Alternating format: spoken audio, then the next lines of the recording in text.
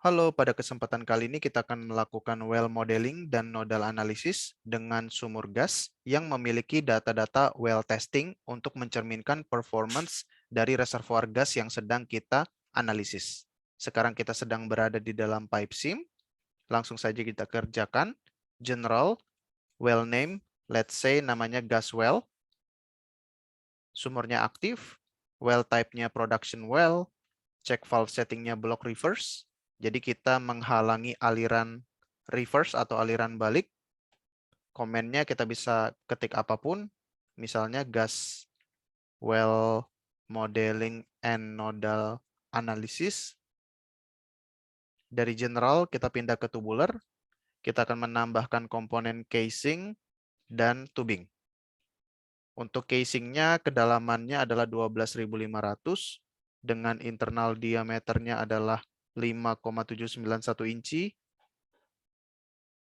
Wall thickness-nya, ketebalan casing tersebut 0,417 dan roughness-nya, kekasaran casing kita 0,001.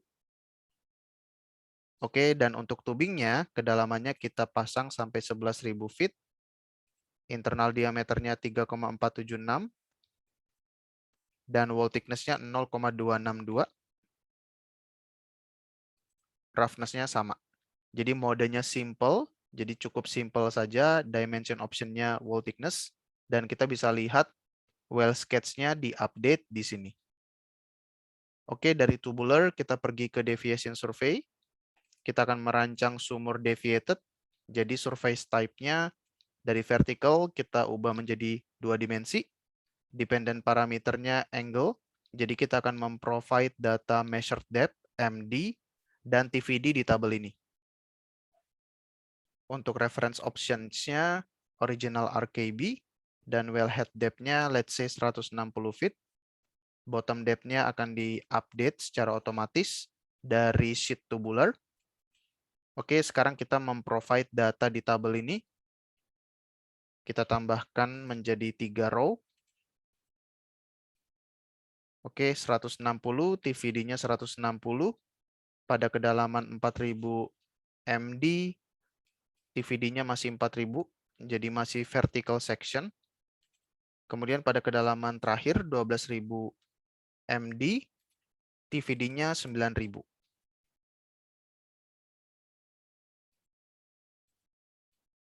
Oke, horizontal displacement-nya akan calculated, angle-nya calculated, dan ini plotnya, TVD versus horizontal displacement. Versi plot atau versi chart, kita juga bisa dapatkan dalam bentuk table dengan klik view data in a table di icon yang ini. Kita bisa copy tabelnya dan paste di Excel. Kita kembali ke chart. Dari sini kita pergi ke downhole equipment. Kita akan menambahkan packer. Klik new. Equipment-nya packer. Namanya juga packer. Kita letakkan di kedalaman 10.990 feet. Oke, jadi packernya terpasang di sini. Kemudian dari downhole equipment, untuk artificial lift, kita tidak akan memasang artificial lift di sumur gas ini. Walaupun sebenarnya kita bisa mengequip artificial lift seperti gas lift dan bahkan pompa seperti ESP untuk sumur gas kita. Tapi dalam case yang basic ini kita tidak akan memasang artificial lift dulu. Dari sini kita masuk ke heat transfer. Untuk heat transfer, U value inputnya kita pilih multiple. Ambient temperature inputnya juga multiple. Depth optionnya kita pilih measure depth, MD. Kita akan menambahkan menjadi 2 row. Oke, yang pertama MD 160 feet. Temperature ambientnya 45 degrees Fahrenheit dengan U value 2. Dan di bottomnya 12.000 feet. Temperatur ambientnya alias temperatur reservoirnya adalah 216 degrees Fahrenheit dengan U value-nya 2. Oke, di sini plot kita. MD versus ambient temperature.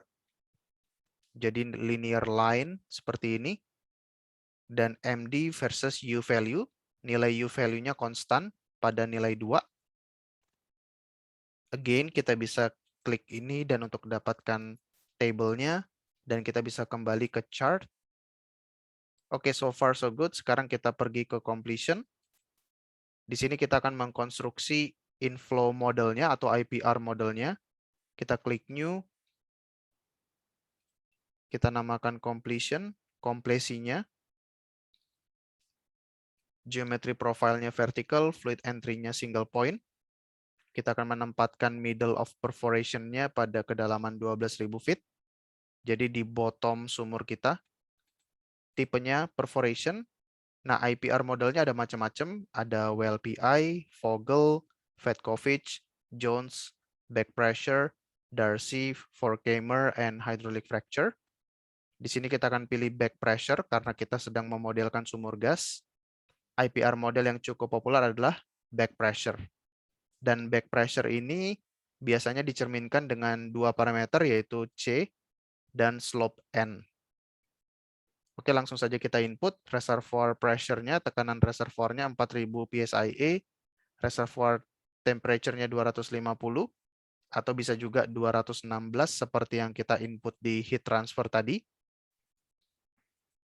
IPR basis-nya sudah jadi template gas karena kita pilih back pressure untuk IPR modelnya. Nah, kita bisa input langsung nilai C dan N-nya. Jadi asumsinya kita sudah melakukan well testing, kita sudah menganalisis dan kita obtain data C dan N. Kita bisa input di sini. Let's say nilainya 0,0002, 0,99007. Jadi ini versi yang sangat detailnya, tapi biasanya di lapangan atau di case sehari-hari, tentu saja kita tidak akan mendapatkan value yang seakurat ini. Biasanya kita bulatkan menjadi 0,00021. Dengan slope N-nya, let's say 0,7. Oke, dengan data-data ini sebenarnya kita sudah siap untuk mengkonstruksi IPR-nya, tapi IPR belum muncul. Kenapa? Karena kita belum punya fluid model. Jadi kita tambahkan dulu fluid modelnya, masuk ke fluid model. Di sini sudah dicantumkan no global fluids available. Kita tambahkan dulu fluid model. Oke. Nah, di sini kita akan menambahkan data-data untuk karakteristik fluida kita. Let's say kita namakan reservoir fluid. Water cut-nya 100%, jadi tidak ada oil. Nah, kita bisa dapatkan data GOR atau GLR atau LGR atau OGR.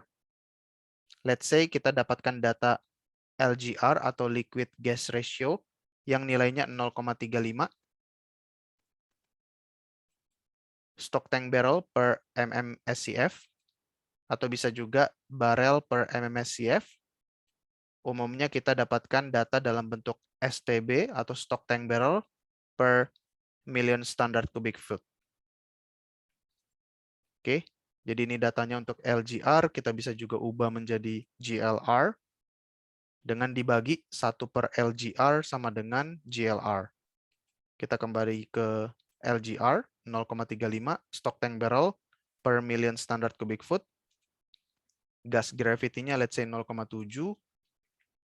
Water specific gravity 1,02. API sebenarnya ini sudah tidak penting karena kita tidak punya oil. Tapi untuk default saja kita isi 30 degrees API.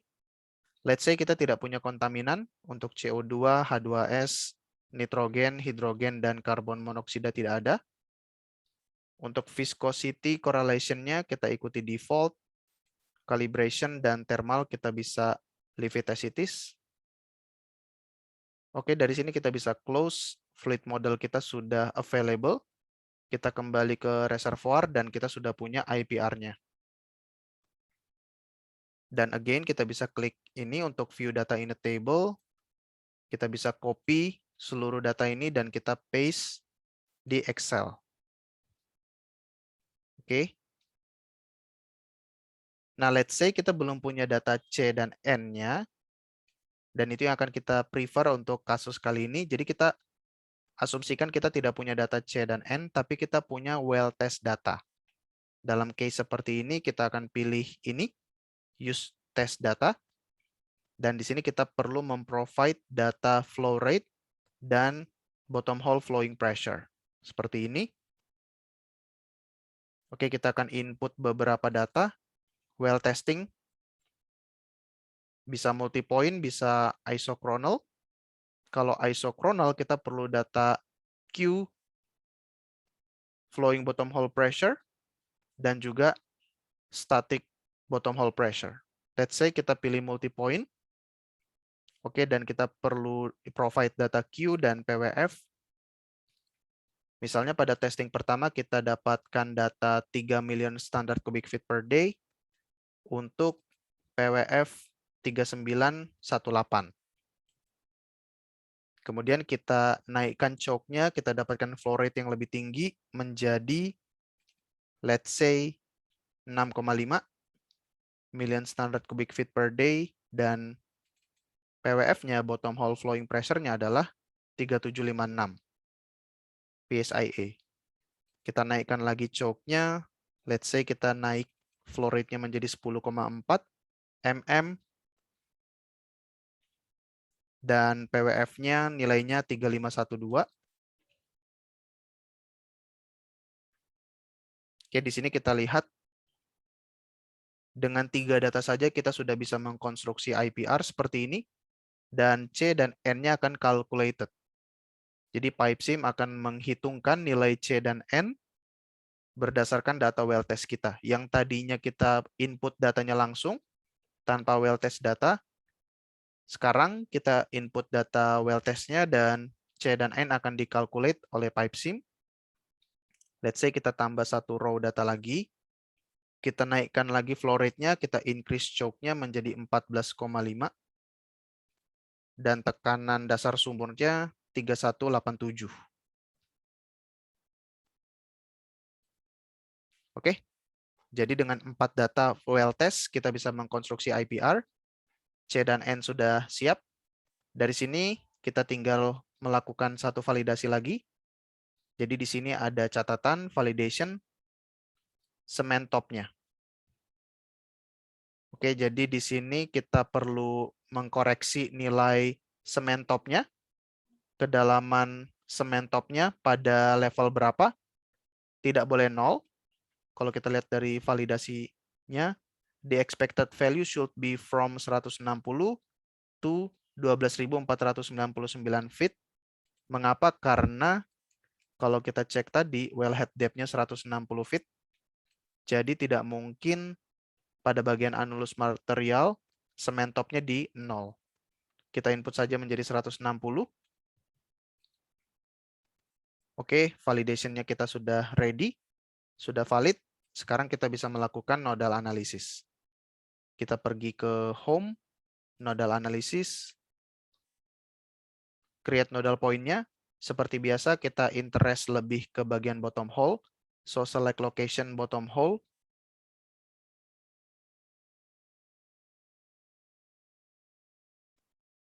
Dan di sini kita lihat NA point-nya atau nodal analysis point-nya berada pada bottom hole. Di sini kita langsung mulai nodal analisis. Outlet pressure-nya atau wellhead pressure-nya 11.000 PSIA. Inlet condition-nya atau inflow condition-nya masih sama, reservoir pressure 4.000 PSIA. Reservoir temperature-nya 250 degrees Fahrenheit. Kita klik run.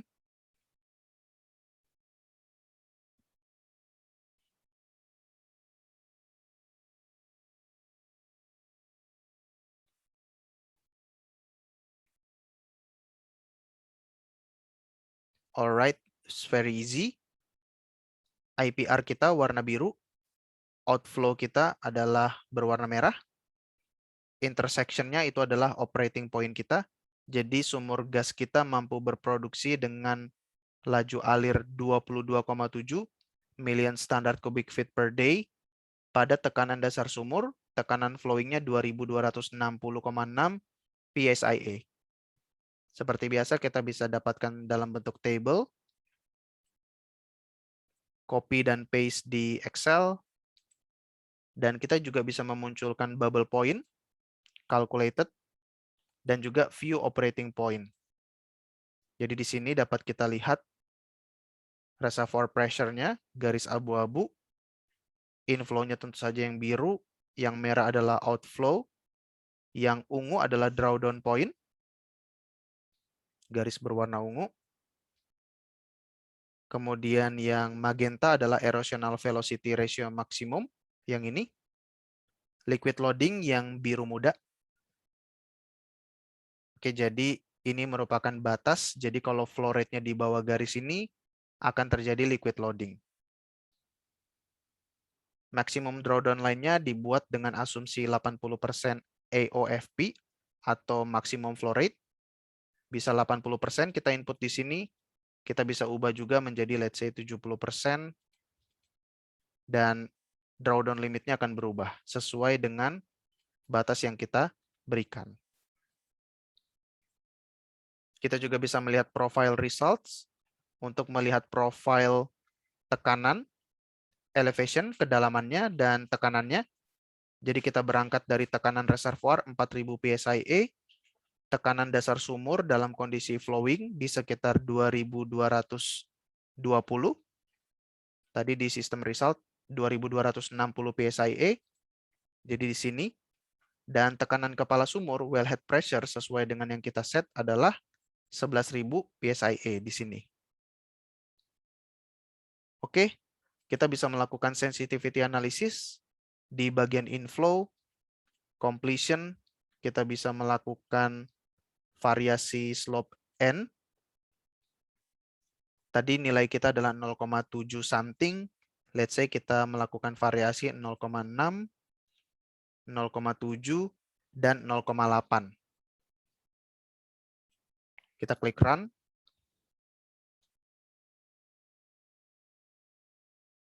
Oke, menarik sekali di sini dapat kita lihat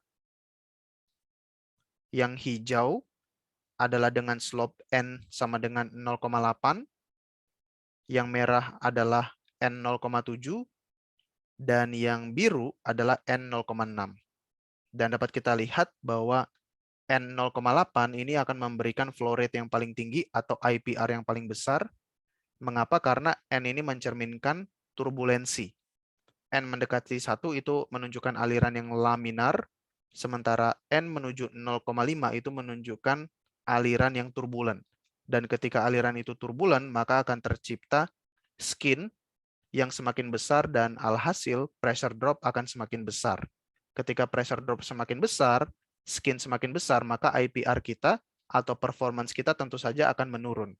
That's why 0,8 slope-nya akan memberikan performa yang terbaik dibandingkan 0,7 dan 0,6. Oke, jadi seperti itu penjelasannya. Kita juga tertarik untuk melakukan variasi atau sensitivity untuk tubing data inside diameter. Jadi diameter tubing seringkali menjadi objek yang kita adjust atau kita analisis, kita variasikan untuk melihat performance yang dihasilkan untuk masing-masing inside diameter. Untuk inflow sensitivity-nya kita buat none dulu. Jadi tidak ada inflow sensitivity. Kita fokus ke outflow sensitivity untuk tubing inside diameter. Let's say kita punya 2,992, 3,476, dan 3,958. Kita klik run, kita lihat bagaimana hasilnya.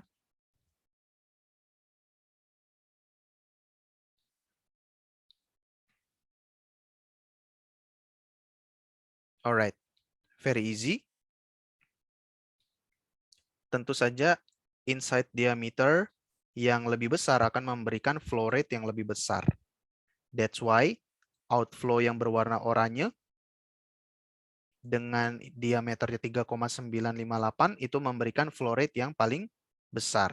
Dan yang paling kecil adalah dengan tubing inside diameter 2,992. Ini hasilnya. Jadi dengan inside diameter 2,992 inci, kita punya flow rate 19,7 mms CF per day. Sementara untuk inside diameter 3,958, kita bisa mendapatkan sampai 24,5 mms CF per day. Oke, of course kita bisa menggabungkan sensitivity analisisnya. Kita tambahkan completion, slope N, Kita tambahkan 0,6.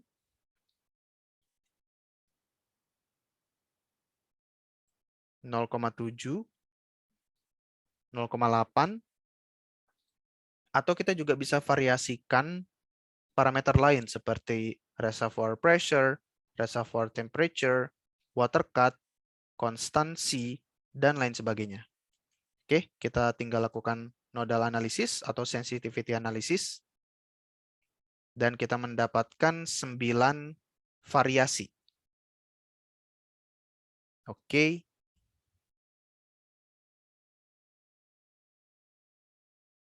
Alright, di sini kita sudah mendapatkan 9 operating point dengan variasi slope N dan tubing inside diameter. Oke, jadi kita bisa recap.